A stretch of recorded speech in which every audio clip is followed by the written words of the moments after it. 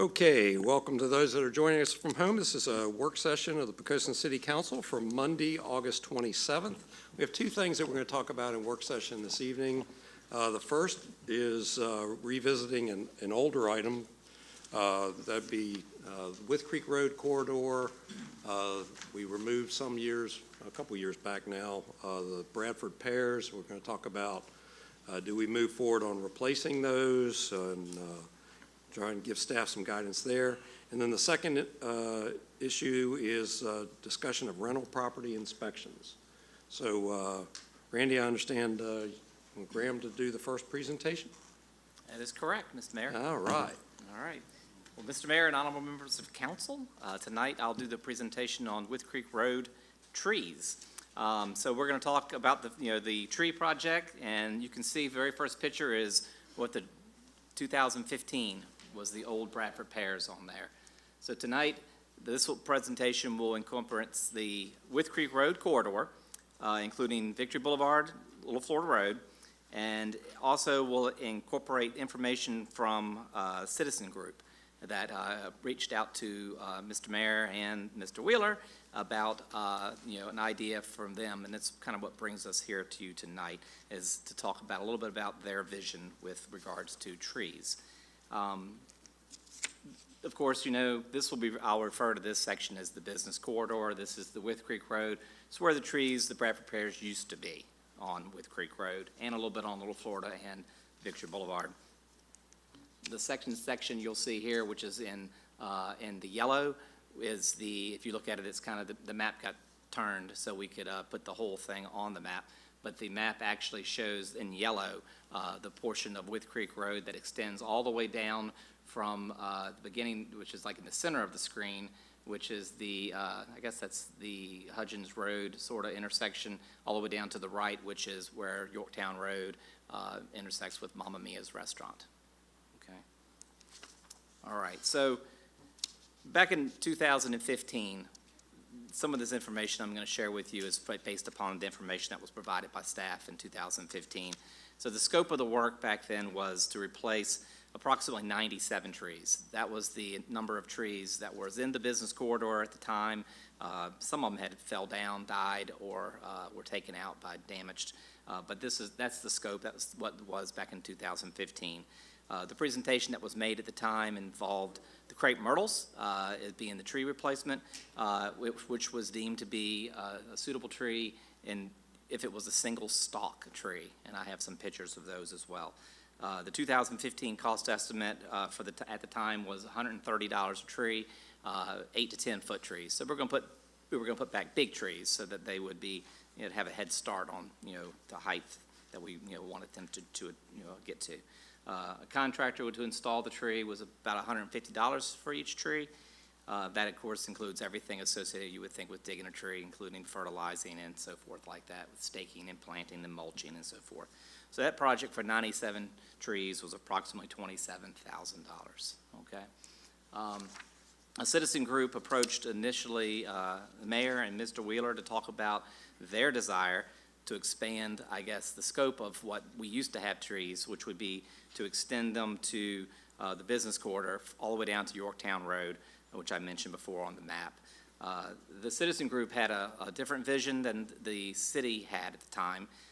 They wanted to include the trees. They wanted to include basically some shrubs and mulch throughout the little area which the trees would be. So be a lot of, be some killing of the grass and then mulching that area and have a mulch bed that included shrubs and trees.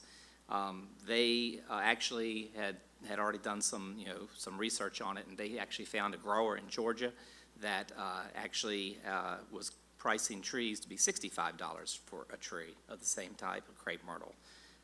They actually also found that they've been talking this up in the community with some citizens as well, and secured about $6,000 in contributions towards this if council were to approve the idea of planting trees. So staff proceeded to have several meetings with the citizen group to understand their vision of the project and to kind of find some common ground between what their vision was and the staff, some of the staff concerns, which of course included, sight lines. This area happens to be in the VDOT clear zone, the standard for their clear zone. But also other issues that we, felt were important, which of course were maintenance issues with regards to, 400 trees, which require some maintenance, obviously, throughout the time, and also mulch mainly, which was some of the concerns that staff also was, worried about. Mulch washes away and goes in stormwater drains. And when do we find that out? We find that out at the worst time in the community when we need our stormwater drains to be working. And so we obviously were concerned about those issues, with regards to their vision. Anyway, we a week ago today, we actually met with a couple of folks, from the citizen, and we do thank them for bringing this topic up to us, to discuss trees again, because I know a lot of people in the community certainly like them. But at the time, a week ago, we actually had a compromise agreement with them, which would be between what the city's vision was and what their vision was. It included less trees, and it included limited mulch. And when I say that, I mean just mulch around the trees, which would be for the health of the trees to help retain, the water and help the trees survive. And no shrubs, because we were obviously concerned about the visibility and everything with regards to traffic and so forth in the area. And it did include one thing that I didn't mention before, which was community engagement, which they were big on pushing this as a project that we could involve the community in as far as helping plant the trees and even, do donor plaques to represent sponsorships of these trees. And so, the compromise agreement included all those things. It also included tree planting, which is something they also were big about for the community to be engaged in. We talked about having a community day and so forth that would, we would provide safety measures to help, that process in the non-business corridor. But in the business corridor, we were thinking that the safety issues were, meaningful enough to have a contractor do it, and that we could be better served by having a contractor. The plan ultimately had them, purchasing the trees, and the city would be providing, like compost and things like that to support the whole effort. Subsequent to that agreement that we reached with them a week ago today, 24 hours later, they contacted Mr. Wheeler and myself and indicated that that our vision that we had, which was less trees, and their vision, they didn't mesh, and they kind of withdrew from the project. They basically said, their project is what they envisioned was a larger number of trees, which would provide more of a canopy over With Creek Road corridor. And then the vision that we had was for less trees due to the concerns I've already mentioned. And so that's kind of where we're at today with the citizen group. Just as a point of reference, we didn't put anything in the budget for tree replacement for this fiscal year, which y'all already knew that. And so it leads us to a couple things, and before there's answers to the questions, I'll give the staff, proposal, an idea to go forward. But obviously the questions are for council to let staff know, do we want trees? If so, where do we want them? And when to commence. The last part here on this is if council chooses to proceed with a tree project, staff would propose that we would start with a limited number of trees in the business corridor. We would start this fall. We could do that. We could facilitate getting that done. And then we would later complete the project the following year when we had more time to plan for it with contractors and so forth. And just for point of reference, as the slide continues, I do have some of the pictures of like single stalk trees, which are, I'm not sure what color that is, sorry for the blurriness. There's a white one, and there's some purple single stalk ones as well. And so, Mr. Mayor, that concludes my presentation, and we're anxious to hear council's comments. Okay, so as a great brief, I know council's going to have some questions, but I want to make sure that we kind of re-baseline. We had this conversation, if we took the trees down in 15, we probably had the conversation in 2016-ish, or maybe even before we took them down, about a potential replacement. I know that we did due diligence during that time to talk about 3 different types of trees, as I recall, that Public Works Department had taken a look at to talk about maintenance if we chose to put trees back, and this was one of those 3, was the single stalk crepe myrtle. Yeah, it was the top one. Okay. And with that said, I just want to make sure that at least from the council, that we understand that would be something that Public Works believes that they could maintain and wouldn't be a huge burden. It's obviously going to be some burden, right? But not going to be the huge burden of trees, mulch, shrubbery that's going to really be a lot to maintain. So I just want to make sure that that's the part that I wanted Public Works to basically be here and make sure that we understood that you guys can handle it if we move forward, because we don't want to set you up to fail, right? Yeah. Okay. All the 3 trees that were selected were provided to me by a tree expert at Virginia Tech, who I was communicating with at the time. And she said these 3 trees were the perfect trees for streetscaping because they didn't need a lot of maintenance, but you still have to maintain them to a certain degree. Gotcha. Okay. All right. So with that, I'll open it up to questions of council.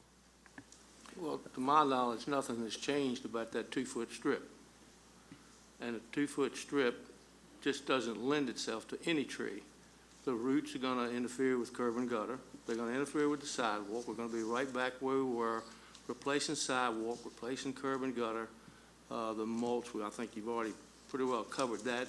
Heavy rain, that's going to wind up in the storm drain, in the streets. If that strip was wider, it'd be great, but it just will not support any type of tree. And maybe a low-growing shrub, but then you've got to trim it at least twice a year. I know the business people along there don't want trees, blocks the view of their stores. Can't blame them for that. We even offered to provide them with trees if they put it on their property, and they flat didn't want them in front of their stores and signs. So I think the tree thing is just not a viable option in that area. We just don't have the growing room. I've heard 2 suggestions. One I've brought before this council once before. The city of Rehoboth Beach puts decorative poles, and since they're close to lobster country, they put lobster buoys on the top of the pole and paint them the city colors.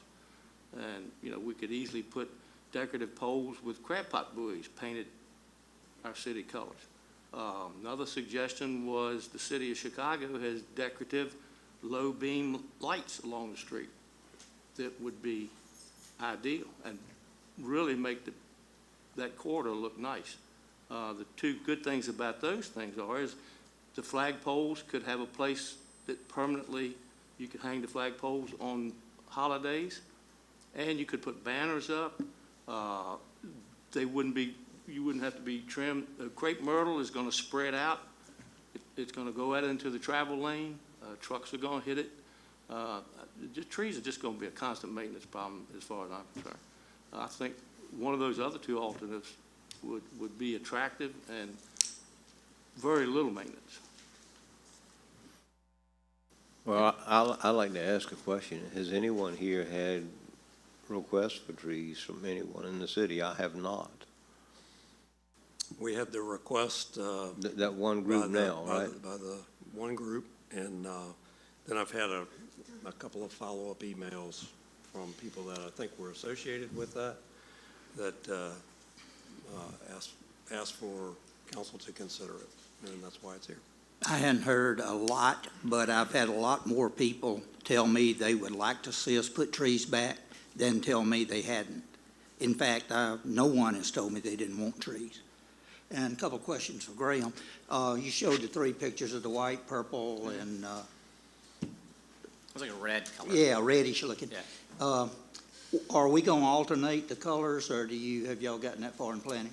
Well, we were gonna defer to council to let us know what they preferred. Oh, I just gave these as examples Oh, of just okay. I single was stock. just I just put- curious. Yeah, I just put different colors up there so you could see them, but there's red, there's a white, and there's a purple for no Okay. particular reason, actually. And I don't disagree with anything Councilman Green said about it's going to cause problems, it's going to increase the workload on Public Works. But I think since we told the people that we would put them back when we cut the Bradford Pear down, which was totally unsuitable there, I think we're just going to have to suck it up. I know it will cause problems, but we're just going to have to deal with it, in my opinion.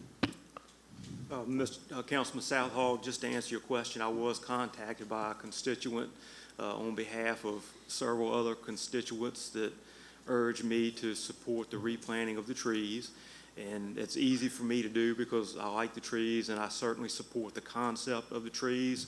I'm confident that city staff has done their due diligence in researching a tree that would minimize the additional maintenance, minimize problems.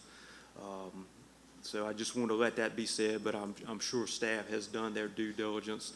But I do support the concept of the trees. I think they contribute to the small town atmosphere that is near and dear to so many hearts in the community. And also, that the council had stated that the trees would be replaced, so I consider that to be binding. But I do think it would be a good investment for the city. Additionally, I did get 2 letters signed by citizens supporting it. Okay, I asked the question because I had not received any requests, but however, I was talking with Councilman Hucks earlier this week about these presentations, and we were sharing opinions. And when I talked with him and he asked me what I thought about the tree project, I said basically what you said, Kerry. When we took them down, we promised we'd put them back. Okay, and that's what we promised we'd do. Now, if we trim these trees, will the trunks grow much larger in diameter if we trim them once or twice a year? Will they stay the same diameter? Y'all want to talk about your vision for the canopy height and, you or Public Works? Not our vision, that was the vision from No, the no, no, citizen group. no, Okay. no. The vision, I think y'all's vision is 13 feet. Well, what Yeah. we're talking about is keeping them spread about the same thing as the Bradford pears were. Okay. Because each one of those, there's like a flag. No, I'm talking about height. Height, yeah, it'll be like 13'6" before we start letting them fan out too far. So we'll keep them in that area they're in. We'll keep the stalks trimmed up, and then when they start to come out, we don't want them in the travel lane where they could, be hit. So we would trim them up that high. Right. That was my impression. Tom, have we looked at how these trees impact sidewalks in a small area like we have? Well, the whole thing was, I put Mark on this, and he did the research through a young lady from Virginia Tech. And, in all the trees that are out there to put on a streetscape, those were the ones that was like the #1 pick to put back to do the less amount of damage over a period of years. So, yeah, what you're saying, yeah, we did the due diligence on that. I support the concept, and I talked to the mayor about this over the weekend, but I too err on the side of Councilman Green. I just foresee this being a cost to us and down the road to repair sidewalks. But, it might be a situation like the vice mayor said, we might just have to bite the bullet, but the fiscal conservative in me does support the idea of seeking sponsorships from the city. I'm sure a lot of citizens and civic organizations would be interested in it, and I think that's something we need to take advantage of. I had a couple of questions. So it said a week ago today there was a compromise agreement. How many trees were in that compromise agreement? We didn't actually go out and count the numbers of trees, but what we actually said to the citizen group was that our business corridor had 97. And if you look at the distance of the rest of the project, it would be approximately another 100 trees.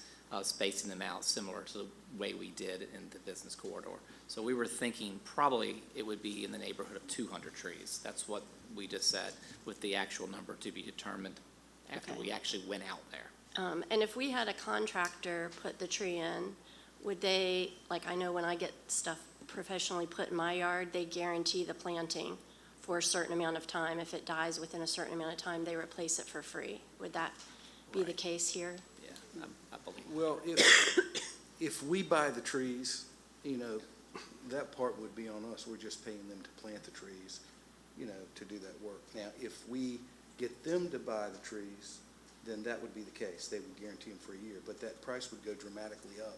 Okay.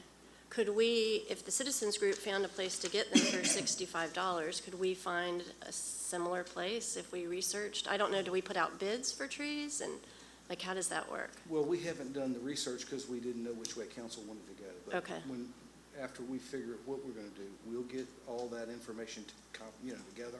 Mm-hmm. We'll try to find the best deal out there. Okay. I had thought about this because at the time, when the trees were taken down, there were signs put up that said Poquoson Tree Beautification Project, call City Hall for more information. And as a citizen, when you called, we were told, yes, we're taking them out, but we're gonna find something to put back up there to create the same landscape. So I do sort of feel like, as a citizen, I was told that something would go back up. I would like to hear some data on, maybe from somebody professionally that you talked to about, okay, what are the impacts exactly for the sidewalk for a crepe myrtle? Would it be 20 years before we see anything happen with the sidewalk? Would there be no damage to the sidewalk? What is the impact to the sidewalk? I, too, had thought about the light poles. I went through a really small town out west, and they had light poles similar to what we have here on City Hall Avenue.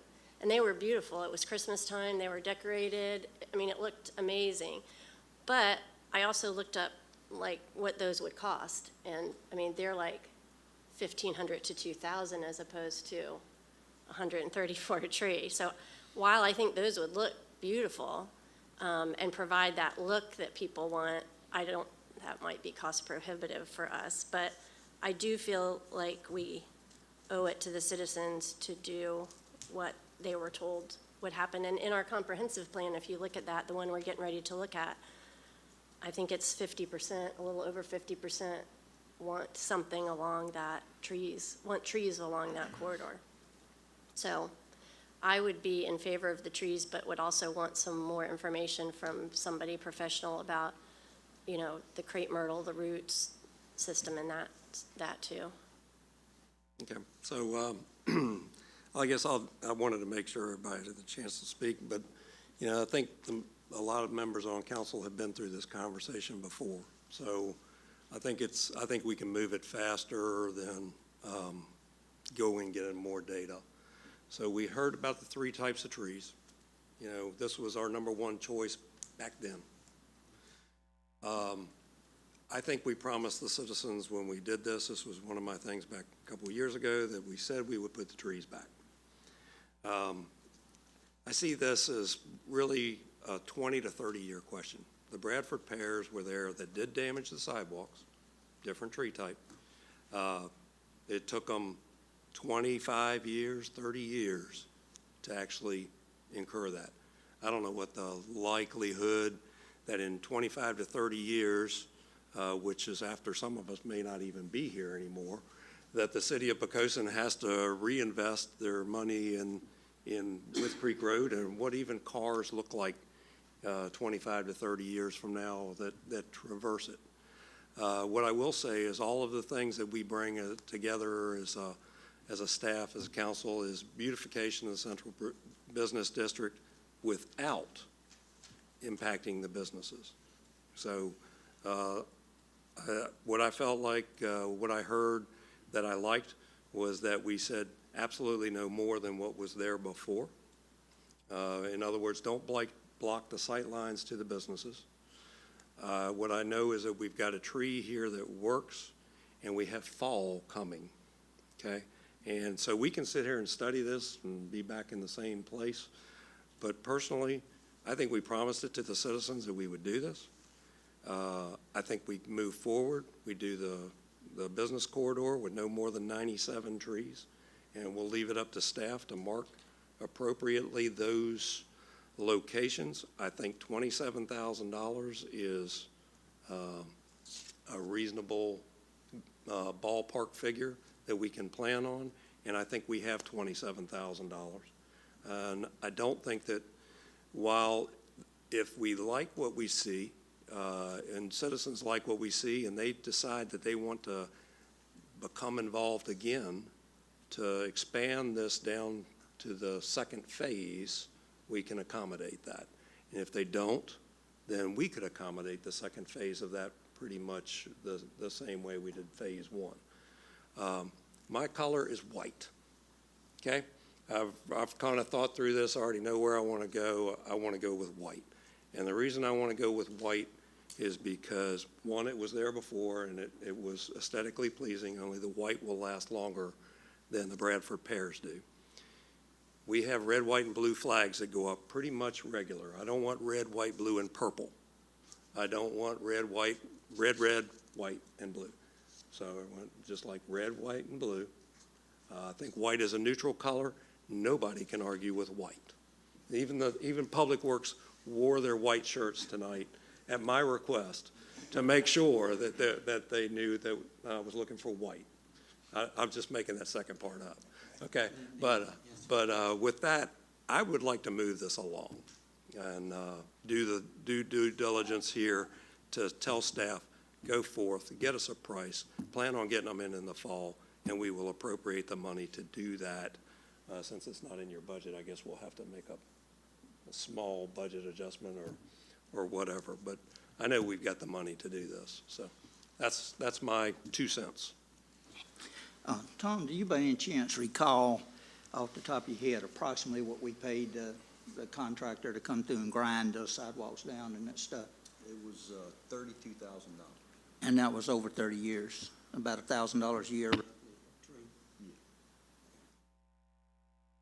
Could we, if we wanted to, do community engagement and say, if you want to sponsor purchasing a tree, you can get a plaque or something on it to help, if we did have citizens who wanted to help with this cost, can we do that as a city, or can we?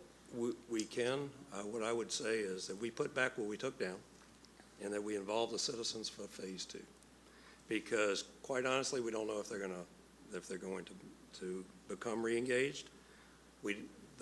The cost of the plaque would be something we're not talking about here. What kind of plaque is it? What is all that sort of stuff? So I can see that holding us up. Whereas I think if the city just says, we're going to go forth and do what we said we were going to do in 2015 when we took the trees down, we can get this done this fall. That's what I think. Okay, yeah, Or I we mean, can I just. complicate it and not get it done. Yeah, well, at some point, I agree. With the second phase, that would be great to do that, and part of their donation can cover the plaque. Yep. All right. Last question? Yes. You want to go back to your question slide and make Yep, sure we ask down you at the bottom. So I was going to do the same thing. I'm asking, I guess, to confirm I'm active listening a little bit, make sure we don't get ahead of you. There seems to be a majority that are comfortable with moving back on the trees. Nobody spoke contrary to your suggestion that they be white for the reasons you specified, but is there general consensus if we're going to put back the trees, they should be white? Yes. There was general consensus that if the citizens group, even or if the city wishes to do a phase 2 planting, that we look for opportunities to involve the community in sponsorship all the way through to helping plant the trees and everything in between. It was an aspirational goal. And at this point, at the end of August, we're not sure we can get 100 single stock white crepe myrtles, so it may take 2 growing seasons. It says when to commence. All I'm saying is start this fall. Absolutely. We will start this Whether you fall. get all 97 in, or whether you get a subset, or whether you get, more than 97. More than 97, I guess we'd be looking at, Into phase 2. I guess we'd be giving y'all like a attaboy. Wow.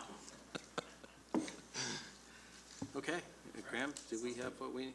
Is everybody, council? So this is it. Can I ask one more question? Approximately what was the spacing between the trees, roughly? It was between 40 and 50 feet, depending on, there's driveways. You gotta kind of move them around a little bit, but what we're gonna try to do is we'll space them, so you got a flag right in the middle, one of the flag poles, so I'll kind of go by those, or we will. And that way, everything will look uniform down there with the flags that the mayor's talking about. So it'll look good. Okay. Okay, that's great. Ready to move on to the next topic?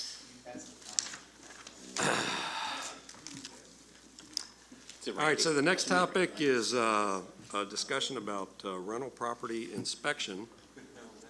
And this is something that council's become concerned about because of some of the rental properties in Poquoson being not to the standards that we think they should be. So but we're going to see what, Randy's going to do a brief for us of what we can do by state code, and then it'll be a discussion of whether we want to do that.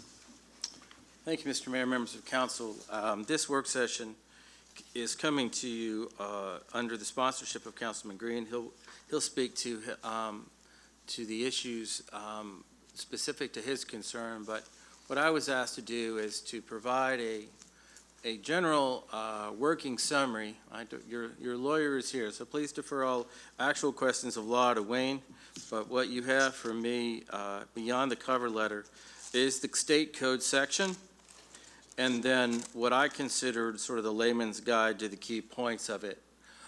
They're both there. You can read the code section yourself. If you see something that you think is an additional key point, my summarization was not intended to in any way diminish that. But essentially, the issue at hand is the city of Poquoson, is the city council desirous of considering in the future, there's no decision to be made today, an ordinance to establish a rental inspection program. There are certainly rental inspection programs in our area. Hampton has one, Newport News has one, City of Williamsburg has one as examples. And what I'll do is I will walk you through what I think are the key provisions of the state code.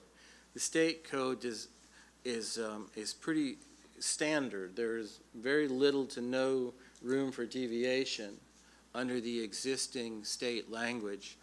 And while the ordinances of the three jurisdictions, for example, that I referenced, are not exactly the same, the essential elements are 100% consistent. So anyway, there are two parts to this. One is you have to actually establish by ordinance the rental inspection program. Let's consider that part A. The other part is then you have to establish one or more districts. The first slide here really talks about district formation. It's an apple and orange thing, so I'm going to go back and forth between the two. Both of them are laid out in the same code section.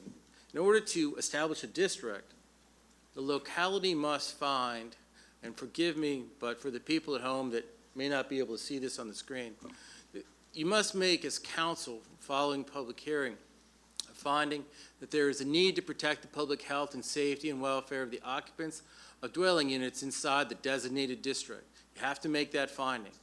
B is an either or. You have to make one or the other, or potentially both, of the findings in B, that residential units within the designated rental inspection district are either A, blighted or in the process of deteriorating, so you either have to make that finding or this second half, that the residential rental dwelling units are in need of inspection by the building department to prevent deterioration, taking into account the number, age, and condition of the residential dwelling rental units inside the proposed rental district. So you have to make the A finding and either the first part or the second part of B.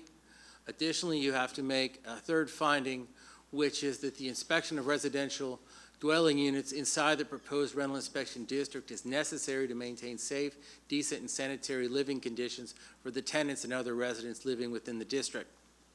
You have to make all of those findings as part of establishing the district. The code is clear that a locality cannot say that the whole community is the district. and that you have to carefully define your district size, and you can do more than one district, to only those areas that meet those three findings. Also, once you have a district, one or more, there's a procedure in the code by which an individual property outside of a designated district can be added by city council following the exact same process. A public hearing at the end of which you make the findings for the property in specific, and then that can also be added. So it's a provision is for establishing and adding properties outside of an established district. So by default, you have to have an established district first. This is pretty standard. I put this here, again, mostly for the public. There will be public hearings. They'll be advertised ahead of time. This is not what this is tonight. This is just a general discussion.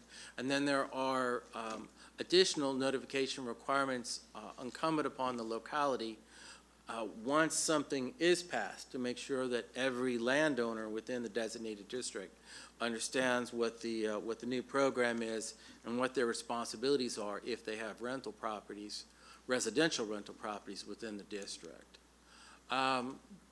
One piece of the code which I found odd, so I underlined it. The underline is mine for emphasis.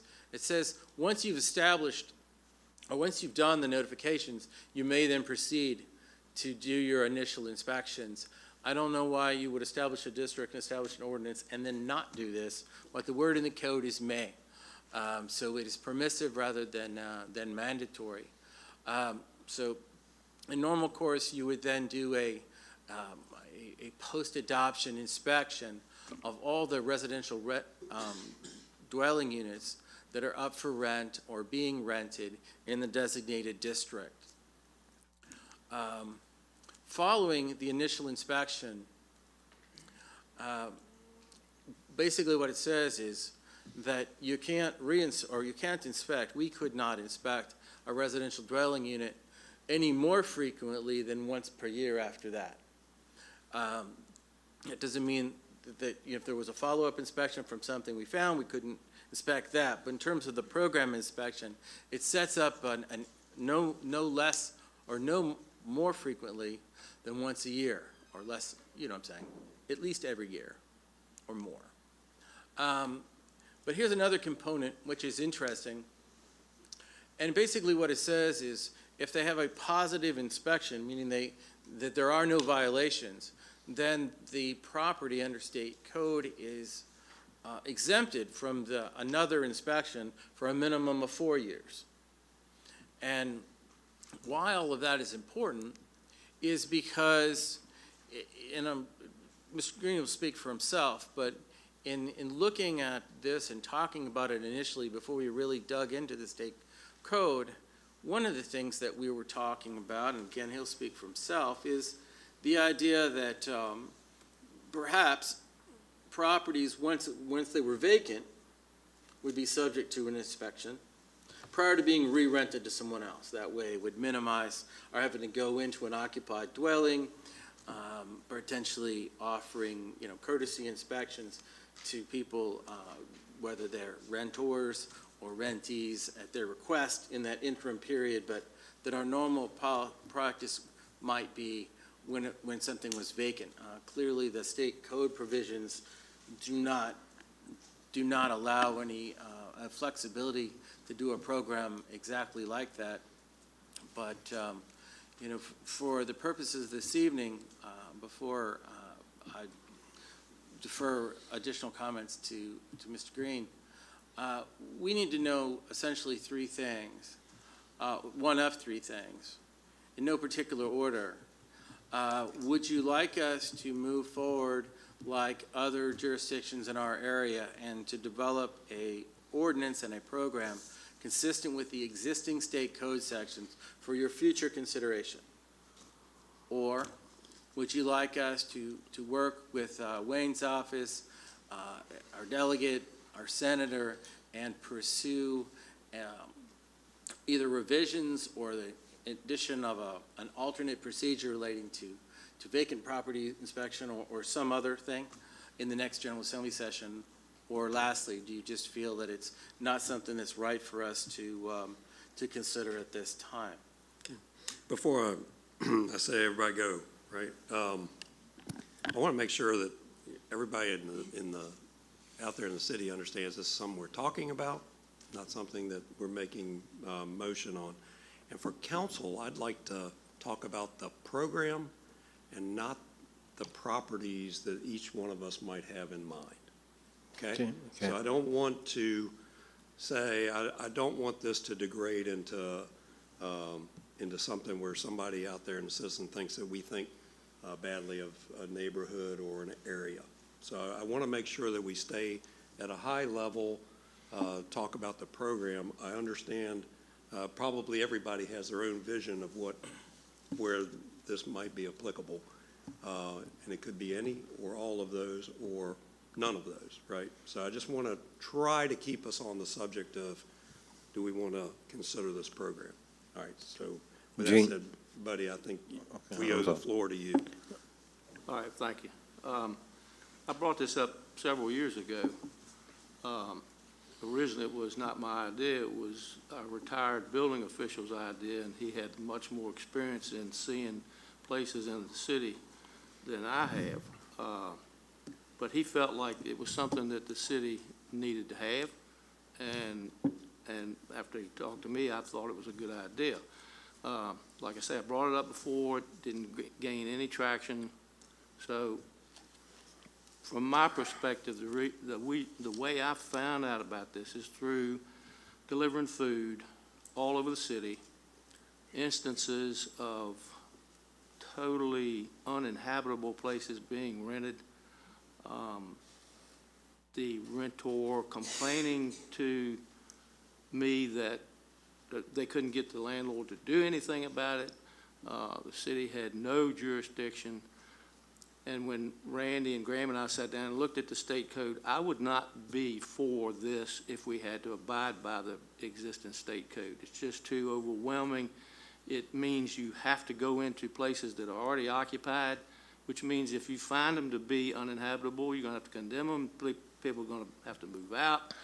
That's not what I'm looking for. I'm looking to go to our delegations and ask them, could you modify the code so that we could have a program where if before it's rented, say somebody moves out of one of the houses and before it's rented, then we have the ability to go inspect it and make sure that it's up to the code of when it was built, not the current code, which would probably require some houses having to be totally rewired, replumbed, a whole lot of things.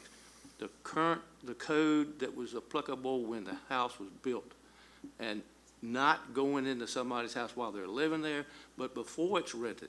If we could get permission from the state to do that, I think it would benefit the citizens that are living under conditions they shouldn't have to live under, and it would be a benefit to them, not government coming in and saying, hey, I'm going to look at your house no matter what.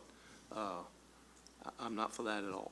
But in my experience of going around the city, there are places that we definitely need to look at. Comment? Okay. The first question, I'm going to make a couple of comments. First one's going to be a question of Randy, and then I want to reflect on what Buddy said. Randy, were there to be a rental inspection district, would that have any impact on an area that's been already designated as another district, such as a special use district or mixed use district? Does that change that? No, sir, I wouldn't think so. Okay. Yeah, and the other thing, Buddy, I'm glad you said what you said, because the scope of this project would make a big difference to me. You know, there's probably not a civil servant that works for the city of Poquoson that wears only one hat. And if this got to be where we covered every apartment in the city, you know, we'd have to start hiring employees. Our current inspection office is nowhere large enough to do that, and I'd hate to have to expand the size of government a whole lot just to do this. I share your opinion that there are areas that probably need to have something like this, but we need to see what we can do relative to changing the scope of the project. I think there's a lot that has to come in there before we can make any decisions. Gene, so, Mr. Buddy, basically, going forward, your interest is in us coming to a consensus that we would like to see our folks in Richmond try and modify state code to allow the city to go in when the properties become vacant. Is that what your goal is here? Not necessarily go forward with this? That's exactly right. Once we agreed that, okay, we've got this district, we would notify all of the owners of this adopted plan and let them know that when a house becomes rentable, we would have the right to inspect it. I would like to see it with no fee. I think the district, we'd start with one district, and I would like to see it written so that if we consider something outside of that district, it's got to be at the request of the rentor that wants us to include that house or that apartment or whatever it is, and then we can consider that. And I want to be specific that we will not automatically go in and inspect these only when they become available to rent and they're vacant. Randy? Sir? So if I'm following, and I'm thinking from a logistical standpoint here, the first thing we have to do as a council is agree that, this is something we're interested in. And the second being showing support to our delegation in Richmond to try and change the code. I mean, there's no sense of establishing districts or really doing anything if we're not interested in the current code. That's Is that correct? Yes, sir. You're absolutely correct. If the consensus of council is to pursue legislative change, it is only after that legislative change was enacted would you want to consider an ordinance or to consider a district. Okay. Just wanted to So make that would clear. be sometime presumably after next July 1st or later, depending on the year of the legislative change. Okay, and one other comment, one thing I would not like to see is that, say we have a military family that owns a home in Poquoson, and they get TDY'd out to another area for a couple of years and decided they want to rent their home while they're gone, for the city to automatically declare that a designated rental property and then have them go back and start looking at codes that didn't exist when the house was built and require all kinds of things on those people to be able to rent their house or maybe even live back in it when they got back. Well, it would have to be in that district. Most of what you're talking about is probably not going to be in the district we pick. And I like the fact that the state code will allow you that if you go into a place, it's not habitable, it's not rented, they bring it up to the code of when it was built, not new codes, when it was built. Yeah, that makes a big difference. Then you don't go back and say that renter moves out before, a year's out. The 4 year, we can't go back and look at that for 4 years, and a minimum of 4. And we could make that longer. I like that part of it because you're not going back multiple times. And I'm thinking that what we're talking about can be covered by a part-time employee. I'm not talking about a big state. We're not talking about every unit in the city of Poquoson. If we don't get the state code changed, we're not going to do anything. So I think that's I wouldn't. that's where we need to put our focus, right? Is coming to some consensus to go to Delegate Helsel and Senator Norman and say, here's what we want to do. Can you take this to Richmond?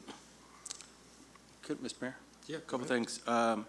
First, maybe in reverse order, couldn't begin to tell you what the staffing implications are until we know what the district is in the code.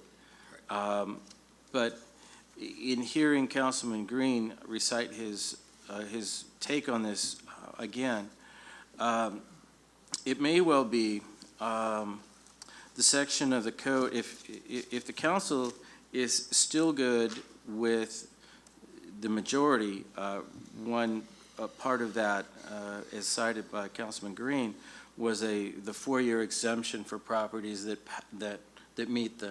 have a favorable inspection. Because originally we talked about it in terms of when it was vacant. So a unit could be vacant twice a year and also could be vacant once every 10 years. But if that is if that's the trigger, understanding that better, we may be able to seek a rather surgical amendment. If you look on the PowerPoint presentation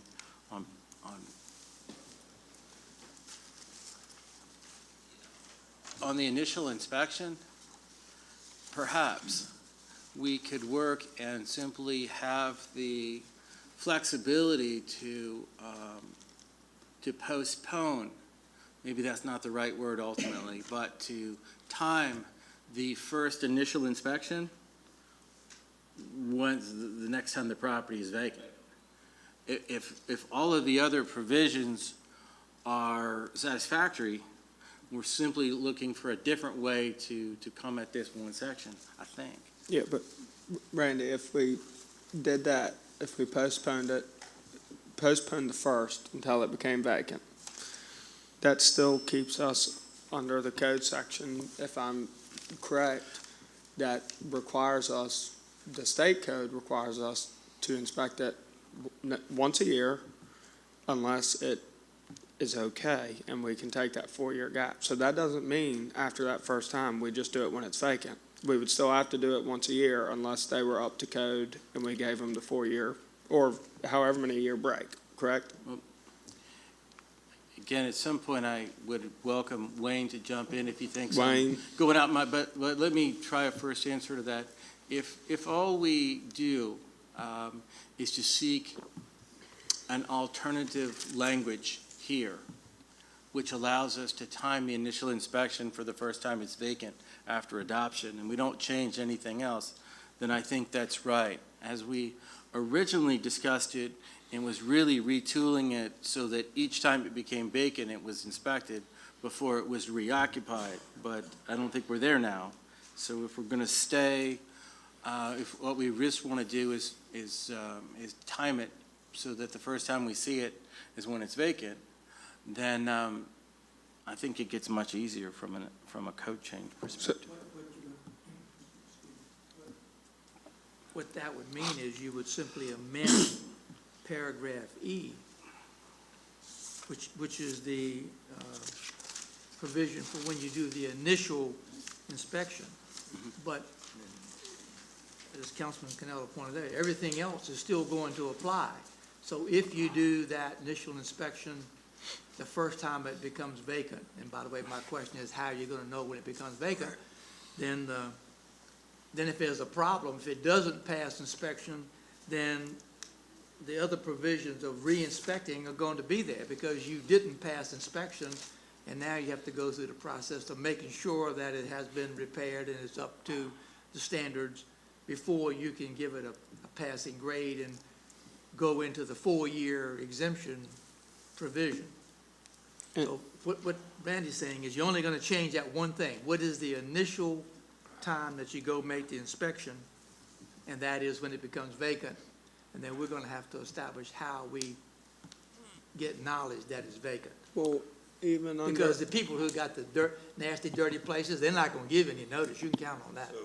Because they don't want to be inspected. So what I'm hearing out of this is it appears that the code wants people to be successful. If they're a good landlord and they maintain a quality property up to the era in which it was built, we don't go see them and bug them every year.